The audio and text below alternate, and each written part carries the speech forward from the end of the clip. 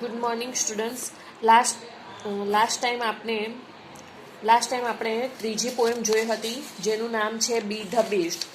હવે ફર્સ્ટ ટેસ્ટમાં તમારી સેકન્ડ પોએમ ચલવી હતી કે નહીં ચલવી હતી એ મને ખબર નથી, પણ હું સેકન્ડ પોએમ ચલવી દઉં છું. એટલે કે એક્ઝામમાં તમારે બીજી અને ત્રીજી પોએમમાંથી તૈયારી કરવી. ધ યુઝફુલ પ્લાવ એનો અર્થ શું થાય? ઉપયોગી હળ. પ્લાવ એટલે હળ. હવે હળને તો બધા મોટે ભાગે ગામડામાં રહેતા હોય તે લોકોએ હળને જોયું જ હશે. હળ દ્વારા ખેતરની અંદર ખેડવામાં આવે છે, ખેતી કરવામાં માટે વપરાતું આ સાધન છે. એટલા માટે આ કાવ્યનું નામ પણ શું છે? ઉપયોગી હળ.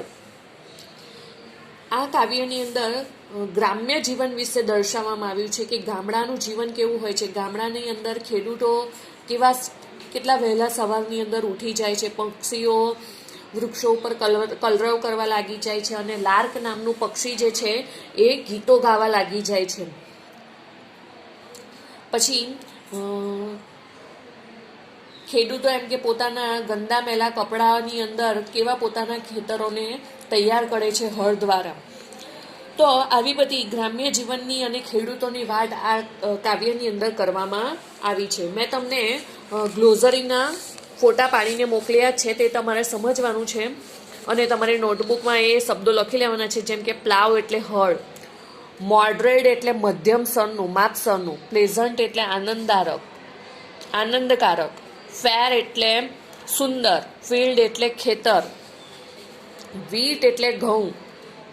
પછી એડોન એટલે સુશોભિત કરવું, શણગારવું, બાવર એટલે લતાકુંજ, મીડો એટલે ઘાસનું મેદાન, બ્રો એટલે કિનારી, ધાર, કર્ટિયર એટલે દરબારી. પછી કમ્પેર એટલે સરખામણી કરવી, તુલના કરવી, ક્લોથ એટલે પહેરાવવું, ફોલો એટલે ની પાછળ જવું, રાઇઝ એટલે ઉઠવું, લાર્ક એટલે એક એવું પક્ષી જે ગીતો ગાય છે, તો કે ગીત ગાનારું પક્ષી. પછી ટુ લેબર એટલે મહેનત કરવી, મજૂરી કરવી, પરિશ્રમ કરવો, ડાર્ક એટલે રાત, ફોલ્ડ એટલે વાડામાં પૂરવું, ઘેટાને વાડાની અંદર પૂરવામાં આવે છે તો તેના માટે ફોલ્ડ શબ્દ વપરાયો છે. હેશન એટલે ઉતાવળ કરવી, ટેન્ડર એટલે કોમળ, બાવ એટલે ઝાડની ડાળી, કન્ટેન્ટ એટલે સુંદર, મેરીમેન્ટ એટલે ગમ્મત અને બેન્ટ એટલે વળેલું. તો આપણે આ પોએમ જોઈશું હવે. અ કન્ટ્રી લાઈફ ઇઝ સ્વીટ. ગ્રામ્ય જીવન જે છે એ ખૂબ સ્વીટ છે, મધુર છે. ગ્રામ્ય જીવનની અંદર ખરી મજા છે. In moderate cold and heat. ગ્રામ્ય જીવન કેવું હોય છે? માપસરની, પ્રમાણસરની. ગામડાના જીવનમાં એટલે કે ગામડાની અંદર મોડરેટ એટલે માપસરની ઠંડી અને હીટ એટલે ગરમી હોય છે. કારણ કે શહેરની અંદર તો વૃક્ષો એવું ઓછું જોવા મળે એટલે શહેરમાં તો ગરમી પણ પુષ્કળ લાગે અને ઠંડી પણ લાગે. પણ ગામડાની અંદર માપસરની જ ઠંડી પણ હોય છે અને ગરમી પણ હોય છે. To walk in the air, how pleasant and fair in every field of wheat. અહીંયા એમ કીધું છે વીટ એટલે ઘઉંના, એવરી ફિલ્ડ એટલે ખેતરમાં, ઘઉંના દરેક ખેતરની અંદર એમ કે ખૂબ જ આનંદદાયક અને ફેર એટલે આહલાદક, ખૂબ જ આનંદદાયક અને આહલાદક રીતે ખુલ્લી હવાની અંદર, એર એટલે ખુલ્લી હવામાં, વોક એટલે કે ચાલવું. ગામડાના એમ કે દરેકે દરેક ખેતરની અંદર, ઘઉંના ખેતરમાં એમ કે કેટલી આહલાદક અને ખુલ્લી હવાની અંદર ચાલવાનું મળે છે. The fairest of flowers adorning the bowers and every meadow's brow. દરેક ખેતરની કિનારીઓ ઉપર, ધાર ઉપર, દરેક ખેતરની ધાર ઉપર એમ કે સૌથી સુંદર, ફેરેસ્ટ એટલે સૌથી સુંદર, ફ્લાવર્સ એટલે ફૂલો હોય છે. એડોનિંગ ધ બાવર્સ કે જેઓ બાવર્સ એટલે કિનારીઓને એડોન કરે છે એટલે શણગારે છે. દરેક ઘાસના મેદાનની કિનારીઓને સૌથી સુંદર ફૂલો એની કિનારીઓને શણગારે છે. ઘાસના મેદાનની કિનારીઓને સૌથી સુંદર ફૂલો જે છે એમ કે એના દ્વારા એને શણગારે છે. સો that I say no courtier may compare with them who clothe in grey. એટલે કવિ અહીંયા એમ કહે છે કે એટલા માટે જ કોઈ પણ દરબારીને, નો કર્ટિયર, કર્ટિયર એટલે દરબારી, તેથી કવિ કહે છે કે કોઈ પણ દરબારીને કમ્પેર વિથ ધેમ, આપણે એની સરખામણી કરી શકતા નથી. કોની સાથે? હુ ક્લોથ ઇન ગ્રે, કે જેઓ ગંદા મેલા કપડાં પહેરે છે, and follow the useful plough, અને તેઓ પોતાના ઉપયોગી હળ વડે ખેતરની અંદર ખેતી કરે છે અને ગંદા મેલા કપડાં પહેરે છે, એવા ખેડૂતો સાથે હું દરબારીઓની સરખામણી કરી શકતો નથી. કારણ કે દરબારીઓએ તો સરસ મજાના કપડાં પહેરે છે અને બિચારા ખેડૂતોએ તો ગંદા મેલા કપડાં પહેરીને પોતાના હળ લઈને ખેતી કરવા માટે સવારના ઉઠીને જાય છે, તે સાંજ સુધી કામ કરે છે. એટલા માટે કવિ કહે છે કે સો ધેટ આઈ સે, તેથી જ હું કહું છું કે કોઈ પણ દરબારીની તુલના હું ખેડૂત સાથે કરી શકું નહીં. ફરીથી પહેલો સ્ટાન્ઝા સમજાવી દઉં. ગ્રામ્ય જીવન સુંદર છે, માપસરની ઠંડી અને ગરમી છે. ઘઉંના દરેક ખેતરમાં સુંદર અને આહલાદક હવા વચ્ચે ચાલવાનું મળે છે અને દરેક ઘાસના મેદાનની કિનારી જે છે એને સૌથી સુંદર ફૂલો દ્વારા શણગારવામાં આવે છે. તેથી જ કવિ કહે છે કે હું કહું છું કે કોઈ પણ દરબારીની સરખામણી એ જેણે ગંદા મેલા કપડાં પહેર્યા છે અને હળ દ્વારા ખેતી કરે છે એવા ખેડૂતો સાથે હું કરી શકું નહીં. હવે જોઈશું બીજો stanza. They rise with the morning lark. They એટલે કોણ? ખેડૂતો. ખેડૂતો જે છે એ સવારની પરમાં પેલા લાર્ક પક્ષી, લાર્ક એટલે જે સવારની પરમાં વહેલા ઉઠી જાય છે અને ગીત ગાય છે, તેવું લાર્ક પક્ષીની જેમ એમ કે ખેડૂતો પણ વહેલા ઉઠી જાય છે. Rise, they rise with the morning lark. સવારમાં બોલતા લાર્ક પક્ષીની જેમ ખેડૂતો પણ ઉઠી જાય છે. And labour till almost dark, અને તે લોકો સવારથી લઈને સાંજ સુધી લેબર એટલે સખત પરિશ્રમ કરે છે, મહેનત કરે છે, મજદૂરી કરે છે.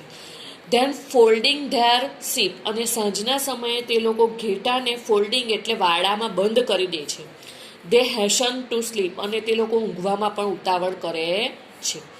Next morning is ringing with birds that are singing, અને એ લોકોની બીજી સવાર એ પક્ષીઓ વૃક્ષો ઉપર બેસીને ગીતો ગાતા હોય છે ત્યારે એમની બીજી સવાર થઈ જાય છે. On each green tender bough with what content and merriment, એમ કે આવા ખેડૂતોને કેટલો સંતોષ, કન્ટેન્ટ એટલે સંતોષ અને મેરીમેન્ટ એટલે આનંદ હોય છે. ઓન ઈચ ગ્રીન ટેન્ડર બાવ, દરેક લીલી અને કોમળ ડાળીઓ પર રહેલા પક્ષીઓની જેમ ખેડૂતોને પણ કેટલો સંતોષ અને આનંદ હોય છે. Their days are spent, whose minds are bent to follow the useful plough. તે લોકોના દિવસો પસાર થાય છે. શામાં? તો કે સંતોષ અને આનંદમાં. ખેડૂતોના દિવસો સંતોષ અને આનંદમાં પસાર થાય છે.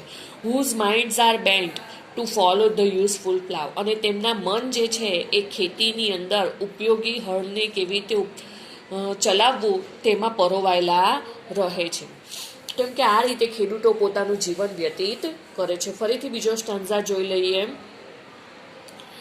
ખેડૂતો જે છે એ લાર્ક પક્ષીની જેમ વહેલા ઉઠી જાય છે અને એમની વહેલી સવાર થઈ જાય છે. તે લોકો મોડી સાંજ સુધી સખત મહેનત કરે છે. તે લોકો સાંજના સમયે ઘેટાઓને વાડામાં બંધ કરે છે અને ઊંઘવાની ઉતાવળ કરે છે. બીજે દિવસે સવારે દરેક લીલી અને કોમળ ડાળીની ઉપર પક્ષીઓ જે છે એ સુંદર મજાના ગીતો ગાતા હોય છે અને ખૂબ જ સંતોષ અને આનંદ સાથે ખેડૂતોના દિવસો પસાર થાય છે અને એમના મન જે છે એ હળમાં પરોવાયેલા રહે છે. તો આ આપણી બીજી પોએમ અહીંયા સમાપ્ત થાય છે. તમારે એની એક્સરસાઇઝ લખવાની છે અને ખાસ કરીને એની અંદર જે પ્રશ્નો આપ્યા છે તેના જવાબો પણ તમારે લખવાના છે, જેથી કરીને તમને એક્ઝામમાં કોઈ પણ સ્ટાન્ઝા પૂછાય તો તેના પ્રશ્નોના જવાબ લખતા આવડે. જેમ કે હું એને તમને સમજાવી દઉં છું. પહેલો પ્રશ્ન છે, how long do the farmers work in their fields. ખેડૂતો એમના ખેતરોમાં કેટલા સમય સુધી કામ કરે છે? તો કે the farmers work from early morning to evening in their fields. ખેડૂતો એમના ખેતરમાં વહેલી સવારથી લઈને મોડી સાંજ સુધી કામ કરે છે. ચાલો બીજો પ્રશ્ન છે, how does the poet describe the country life in the poem. તો એકોર્ડિંગ ટુ ધ પોએમ પ્રશ્ન છે કે કવિએ કવિતાની અંદર ગ્રામ્ય જીવનને કેવું દર્શાવ્યું છે? તો કે એકોર્ડિંગ ટુ ધ પોએટ, કવિના મત પ્રમાણે કન્ટ્રી લાઈફ ઇઝ સ્વીટ. ગ્રામ્ય જીવન સુંદર છે. It is neither too hot nor too cold. ગામડામાં ખૂબ ગરમી પણ નથી અને ખૂબ ઠંડી પણ નથી. The air is pleasant and clean. ગામડાની હવા જે છે એ આનંદદાયક અને ચોખ્ખી હોય છે. Fields are filled with crops. ખેતરો જે છે એ પાકોથી, અનાજથી ભરેલા હોય છે. And there are trees and flowers all around. અને આસપાસ વૃક્ષો અને ફૂલો જોવા મળે છે. તો આવું ગ્રામ્ય જીવન હોય છે. ત્રીજો પ્રશ્ન, what makes the morning pleasant for the farmers? ખેડૂતોને માટે આનંદદાયક સવાર કોણ બનાવે છે? તો અહીંયા જવાબ છે the sweet singing of the birds in the trees max the morning pleasant for the farmers. Sweet swinging of the birds એટલે કે પક્ષીઓનો મધુર કલરવ જે હોય છે ઇન ધ ટ્રીઝ એટલે કે વૃક્ષો ઉપર પક્ષીઓનો જે મધુર કલરવ હોય છે તે ખેડૂતોને માટે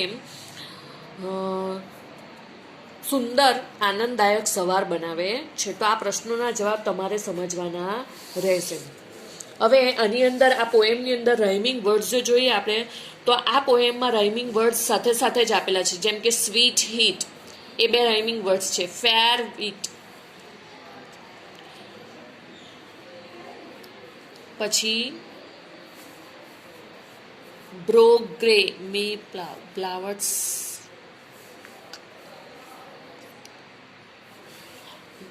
મોટે ભાગે પહેલી 2 લાઇનમાં છે, જેમ કે સ્વીટ હીટ, પછી નથી. લાર્ક ડાર્ક,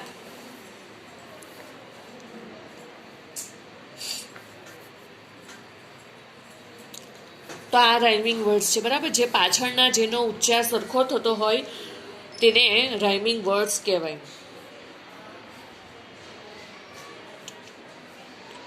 મે ગ્રે, એ પણ રાઇમિંગ વર્ડ્સ છે.